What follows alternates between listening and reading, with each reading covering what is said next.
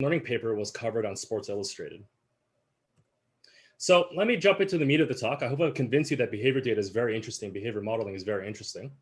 Let me jump into the meat of the talk. So the meat of this talk is about how do we think about where programs and neurosymbolic reasoning fits into the machine learning landscape.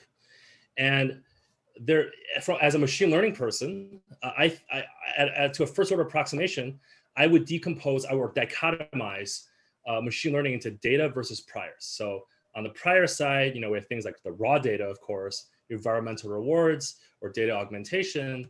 And on the data side, we have things like, on the prior side, we have things like inductive biases, everything from like convolutions as a form of inductive bias to neurosymbolic function classes as an inductive bias to controllers like PID controllers and so on and so forth. And I would argue to a first order approximation that the bulk of the talks we've seen in this kickoff meeting have been about how do we put neurosymbolic modalities into the function class.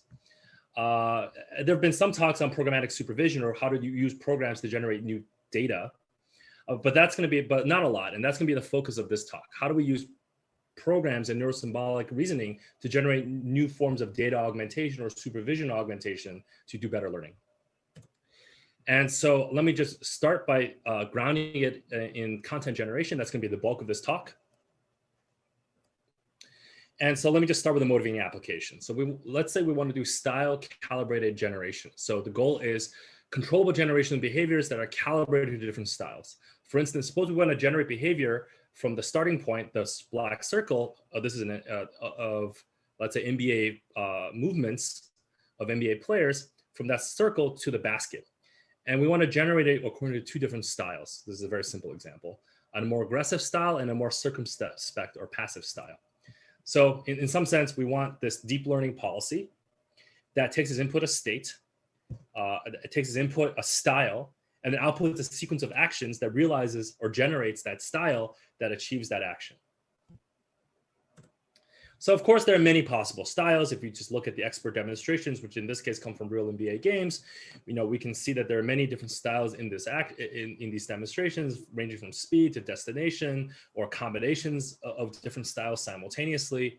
And so how do we build learning algorithms that can be calibrated to generate behavior across all these different styles? And so here are the two key challenges.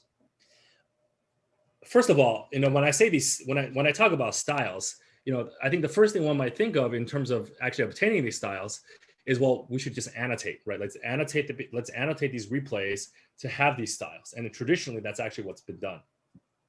Of course, that is very expensive, and they typically often need to be done by experts and not just by lay people, such as Mechanical Turk workers. The second challenge is that as you want to calibrate to many styles simultaneously, the joint style space scales combinatorially with respect to the number of styles.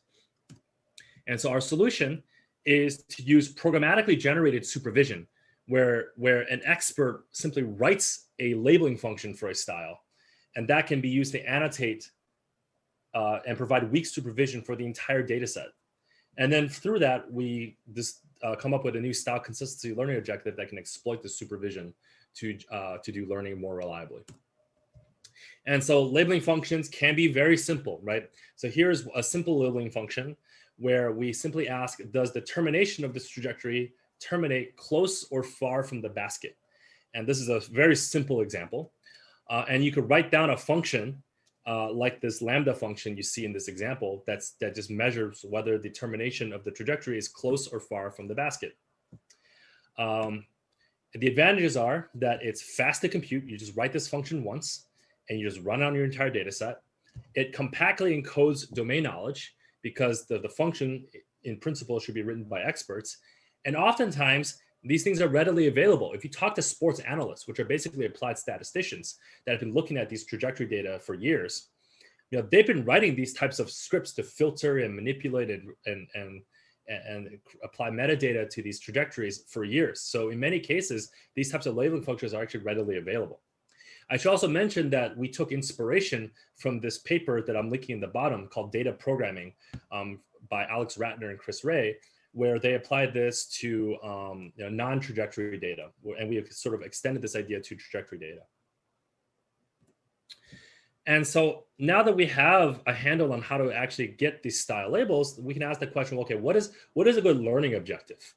And so in other words, if I want to generate style calibrated behavior, what is a good measurement of whether or not the generated behavior is good? Of course, on the one hand, it should be realistic, which is a fairly standard imitation learning objective. On the other hand, the generated behavior should not only be realistic, but also be consistent with the input style. So if we ask the model to generate behavior that, let's say, terminates in that band between the two blue lines, then the generated behavior should actually do that. And one way to do this is we can actually use our labeling function to check for the termination condition in this case, and check if the termination condition satisfies the labeling function. In other words, we want to directly optimize for a notion of style consistency. And this can be extended to multiple styles. The left-hand side is standard imitation learning. I don't want to talk about it. The right-hand side is basically saying that the trajectories generated by a learned policy should be consistent with the imposed styles, where the lambda function is written by the expert. And you can see papers for the actual algorithm that we use to actually optimize for this objective. I just want to show you some results of our learned model. So this is optimizing for two styles simultaneously: slow speed, medium speed, fast speed, and terminating at a medium distance from the basket. So let's look at the left. This is slow speed. Let's look at the middle column at medium speed. And then let's look at the right at fast speed. You can play around this yourself. I won't give you a live demo in the interest of time, but if you go to our very creatively named basketball-ai.com website, you can play around with this yourself. We've deployed this just for your personal consumption. The other thing you can do is you can apply similar approaches to hierarchical modeling, where you can model not only the step-by-step actions, but you can also model sort of sub-goals. And so here you're seeing a visualization where we're showing the macro goals or sub-goals along with the step-by-step actions. This is another visualization.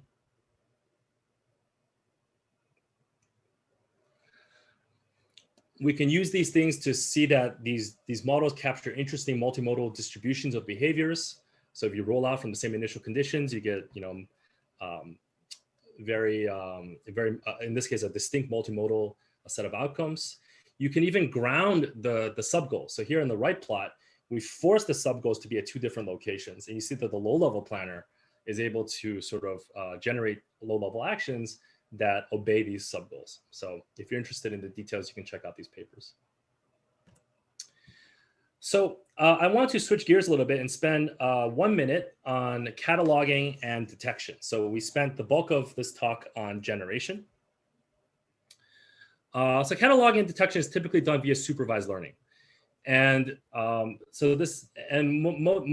of this work is motivated by our collaborations with behavioral neuroscientists here at Caltech. And so one of the biggest bottlenecks in behavior modeling and behavior cataloging is annotation. So typically, a biology PhD student would spend hours annotating the behaviors frame by frame in order to do their subsequent analysis that connects activities in the brain to phenotypes like behavior. And this is extremely expensive and must be done by experts. And so this is a huge bottleneck. And so our goal is to figure out how to learn annotation efficient representations to ease the burden on the expert's annotation. And so this is ongoing work done by PhD student Jennifer Sun at Caltech. And the details of this slide doesn't really matter. What matters is the red words and the purple words. So essentially, we're taking the same broad design principles from the content generation. We basically say, well, we're going to have all these auxiliary decoder tasks to decode, in this case, let's say style consistent behaviors, as programmatic weak supervision for decoder tasks. And these decoder tasks will help us learn a more efficient, semantically efficient representation when we encode the trajectory behaviors. And therefore, these encodings will then be used for downstream supervised classification ideally using far fewer annotations than the previous work. So that's the basic idea. And so here's some preliminary results. This work is in preparation. We're hoping to submit it to CVPR in about a month and a half. And so here in this preliminary result, we see that these encodings trained using these augmented programmatic supervision, these representations can be much more data efficient in the downstream supervised learning task. And so here you see that at 10% of the full annotation data, our approach achieves comparable accuracy with the prior work at 100% of the annotation data. In other words, just by having the expert write some labeling functions about key attributes that they think should be encoded in this representation, and having that be a decoder task, we can lead to a 10x efficiency in annotation effort. The next step, of course, is discovery, which is an unsupervised learning task where just from this trajectory data, we can discover new things. Like, suppose we didn't know that a lunge was a behavioral attribute that we want to model. How do we automatically discover these types of labels from data rather than having the expert handcraft them manually? And we haven't done much in this space yet, but that's our next step. So stay tuned. And just to summarize, this talk is about how do we use experts to write programs to create supervision that can be useful in various contexts. So I call these, what people can call these labeling functions. They lead to programmatic supervision. And the two applications that I talked about is controllable generation and efficient representations for downstream supervised learning. Finally, I'd like to thank the collaborators, especially the people in the top row who did the bulk of the work, especially Eric and Jennifer on the left, top left. And finally, if you're interested in the references that have been published, that were referenced in this talk, they're available here. And if the slide deck will be made available on the workshop website, I'm happy to make these available broadly. Thank you for your attention.